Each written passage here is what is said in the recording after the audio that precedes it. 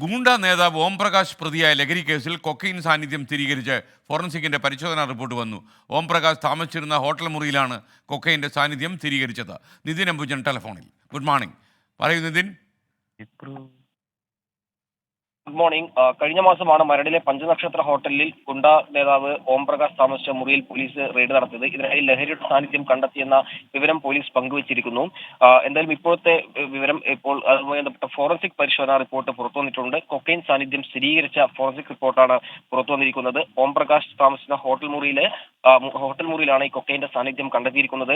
എന്തായാലും റിപ്പോർട്ടിന്റെ അടിസ്ഥാനത്തിൽ ഓംപ്രകാശിന്റെ ജാമ്യം റദ്ദാക്കാൻ പോലീസ് കോടതിയിൽ അപേക്ഷ നൽകും. ഇതാകും പോലീസിന്റെ അടുത്ത നടപടി. നമുക്കറിയാം, നേരത്തെ ഈ വിവാദങ്ങളുണ്ടായ സമയത്ത് ഇതുമായി ബന്ധപ്പെട്ട് അന്ന് ഹോട്ടലിൽ സന്ദർശിച്ചിരുന്ന സിനിമാ താരങ്ങളായ ശ്രീനാഥ് ഭാസി, അതോടൊപ്പം തന്നെ പ്രയാഗ മാർട്ടിൻ എന്നിവരെ ഉൾപ്പെടെ ചോദ്യം ചെയ്തിരുന്നു. എന്തായാലും ഈ അത്തരമൊരു അന്വേഷണം മുന്നോട്ട് പോകുന്നതിലാണ് ഇപ്പോൾ ഫോറൻസിക് പരിശോധന റിപ്പോർട്ടിൽ കൊക്കൈൻ സാന്നിധ്യം സ്ഥിരീകരിക്കുന്നത്. പോലീസിന്റെ അടുത്ത നീക്കം കോടതിയിൽ ജാമ്യം റദ്ദാക്കാനുള്ള അപേക്ഷ നൽകുകയാകും. S K N.